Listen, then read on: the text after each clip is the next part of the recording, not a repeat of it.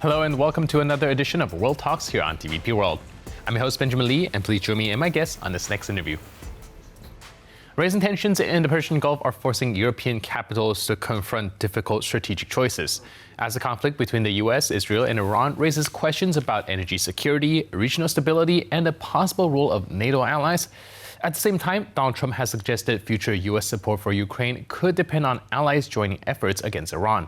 Joining us today on TVP World to discuss the implication is Romain Le Quiniou, Managing Director of Eurocreative. Hello and welcome to TVP World. Thanks for having me. So first of all, I would like to take a look at the conflict in the Persian Gulf. It does seem like it's widening. What do you think is the most likely scenario going forward? Are we perhaps seeing escalation, regional containment, or even some sort of prolonged proxy war? Well, we can see that it will be extended for sure. It's not something that will last just for a few days. We are talking about a few weeks, probably a few months, if not a few years. We know that the situation is very difficult right now, and it has impacts on everyone on the international scale. So I don't think that we, should go that far to say that this is a global conflict, but this is a regional conflict that is extending and will have consequences, has already consequences for Europeans. Right, like you mentioned, we might see consequences across the continents as well, especially when it comes to the Strait of Hormuz. It has become the strategic center of this crisis. How dangerous would it be if shipping through the strait is seriously disrupted for weeks or even months? We will pay a lot. And that's a big problem, right? I mean, we have already some problems with energy crisis here in Europe.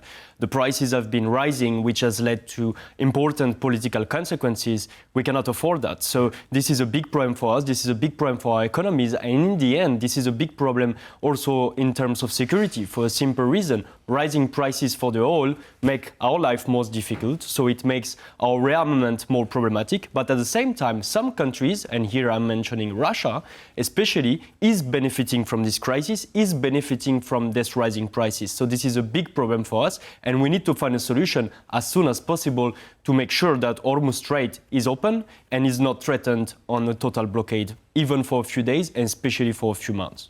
Right. Now, President Trump is urging allies to join naval efforts to reopen the Strait of Hormuz, but we also saw some European countries resisting involvement. They argue that war with Iran is not NATO's conflict, but like you mentioned, would it be in European interest as well to see the Strait open, as it would have economic impact across Europe and even political impact as an aftermath as well? Sure, but I think there are several debates here. And, Kaja Kallas today said that it's not Europe's war, and I don't believe that it's Europe's war. But at the same time, it has direct interest on many European nations and on the European continent. We talked about energy. We can talk also about the rise of, risks when it comes to security. We know that Iran has been exporting terrorism as some militias in many parts of the world, in the region as well. So this is problematic. There is also the problem that talking a lot about Iran, talking a lot about Persian Gulf is also a problem for Ukraine. Basically, we don't talk about Ukraine these days. There are problems when it comes to the supplies of weapons. There is the attention of many allies on the Persian Gulf and not anymore just on Ukraine. This is a problem for the US, but this is a problem also for many important allies within the alliance. I'm talking about the UK. I'm talking about my country, France, which is very much involved in a defensive posture. We know that a soldier, a serviceman died, was killed by Iran supporting militias in Iraq. So we are directly involved. France is defending its interest, and therefore Europe has interest at stake. What does it mean? It means that we need to protect our interests. What is key here is the strategic cohesion of Europeans, which is existing to some extent, but we can be afraid that it will just change in the coming weeks. So this is very important here. We need to be united. We need to back our allies, but the United States need to understand that we haven't started the war. We support the United States here. This is our ally, but this is not the same thing than going to war.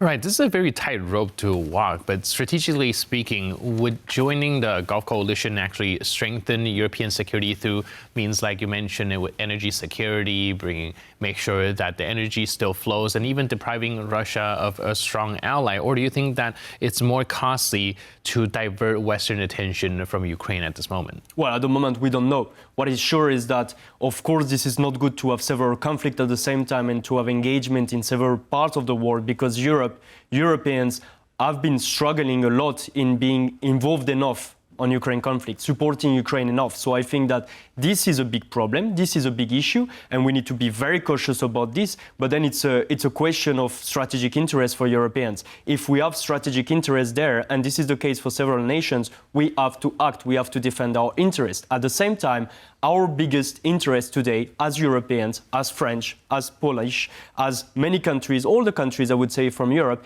is to defend Ukraine, is to make sure that Ukraine win this war. So we should not forget about this, and we should continue to act there. Right. Now, Trump also again suggested that the further U.S. support for Ukraine could depend on NATO allies helping the Iran conflict. How should Europe interpret this linkage? There is nothing to interpret. This is just unacceptable to say these things. We are allies, and we've seen that it was in the past year, basically, it has been complicated sometimes because President Trump and his administration went out with questionable remarks. This is again a questionable remark. Those allies that are defending interest of the alliance, defending the interest of their own sovereign states, are helping with what they can help, right? But this is not the Europeans which have started this war. The Europeans are siding on the good side, of course, when it comes to this conflict. But this is not up to the Europeans to be pressured and to say that we need to help the US.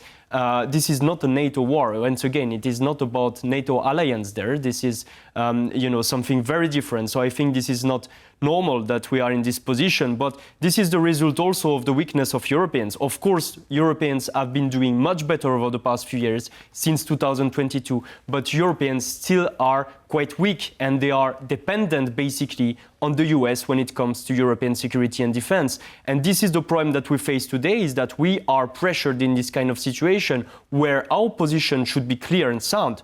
We will defend our interest. If NATO alliance is involved, then there is another situation. But as of today, we cannot just have the US saying that you will act or we will not defend you. This is not how an alliance is working. And as long as I know, today, the alliance is not in power when it comes to the Gulf wars. Right, and there does seem to be some fragmentation of the alliance as well, with these more hostile exchange of verbiage. But do you think a lot of it has to do with the volatility of the current U.S. administration, and how much of NATO and Europe's unwillingness to participate has to do with the uncertainty that comes with Donald Trump, and how much of it is out of its own pragmatic reasons? Sure. I mean, we can just say that the U.S. administration as of today is pretty volatile. And this is the case on Iran. This has been the case in many different areas. We can talk about the trade tariffs. We can talk about the support for Ukraine, those kind of things, and the re-engagement with Russia.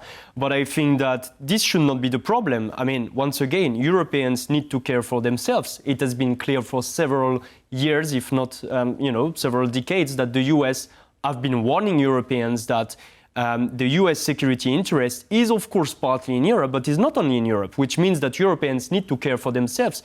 And it's not a question about the end of the NATO alliance or not. This is a question of how Europeans should and have to take care of their own security and defense. And it's been 4 years that the full-scale invasion of Ukraine by Russia has been going on. It's been more than a decade that Russian invasion started in Ukraine, and we are still very much dependent, and we are still unable to have firm positions saying that this is or this is not European strategic interest. So I think that this is a big problem, and we should not just complain about Trump and complain about the administration volatility. Of course, we have an alliance. Of course, the US are our allies and will continue to be, but we need to ensure our own security. This has been said for years and years and years, and now it has to be something, a reality. We've seen the rearmament of Europe. This is a good step, but we need a strategic behavior, which is not often the case. And yes, once again, the problem is to be disunited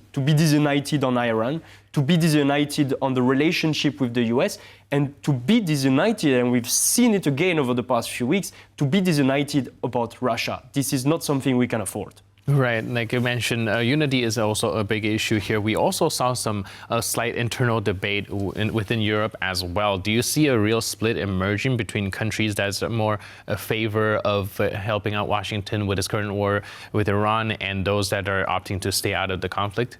The vast majority of Europeans are pretty clear when it comes to this war. This is questionable when it comes to the timing, but when it comes to the reality of the regime in Iran, this is very clear that Europeans are against this regime. Then we have to see how it will evolve. We have to see what will be exactly the relationship within the alliance when it comes to this conflict and how it will affect the transatlantic relations. But in the same time, I don't think that we should talk about these divisions between allies. There is no question about our division there when it comes to the alliance and the solidity of the alliance. At the same time, we have to notice that, yes, there are some political maneuvering, there are some political influence from different actors, including from some groups and circles within the political administration in DC, which are worrying because they support some fringes there in Europe, which are advocating for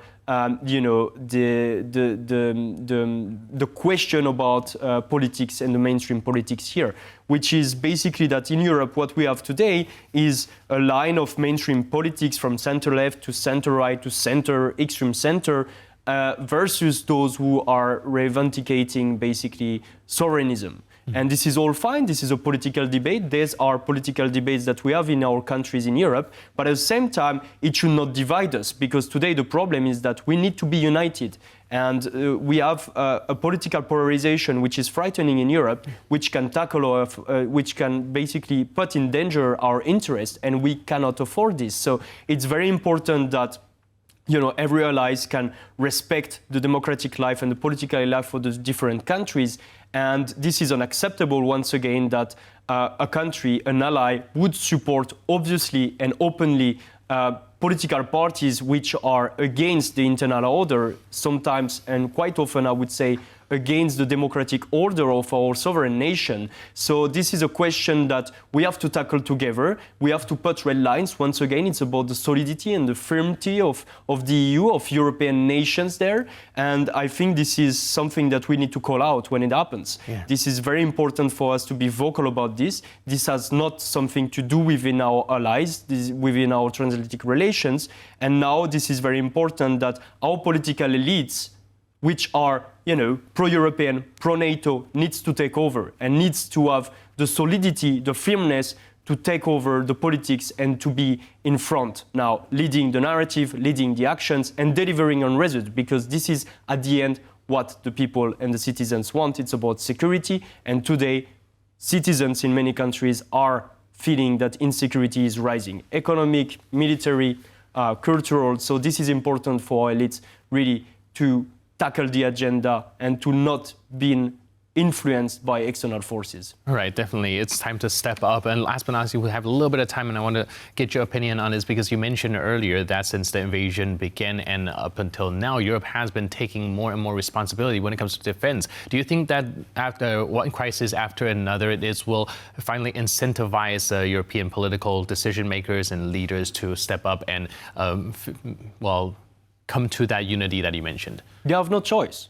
If they don't understand, we have a problem, and it will impact our citizens, it will impact our nations, our national interests, and all these things. It's about the long term. We need statesmen and stateswomen to be able to deliver and to make sure that our borders are secure when it comes to security and defense, and that we make it together in a prosperous, free, and secure Europe. Brilliant. Thank you so much for being with us. Really appreciate it. Thank you very much. And thank you for tuning into this edition of World Talks. But for more news, update, and commentary, please stay tuned to TVP World.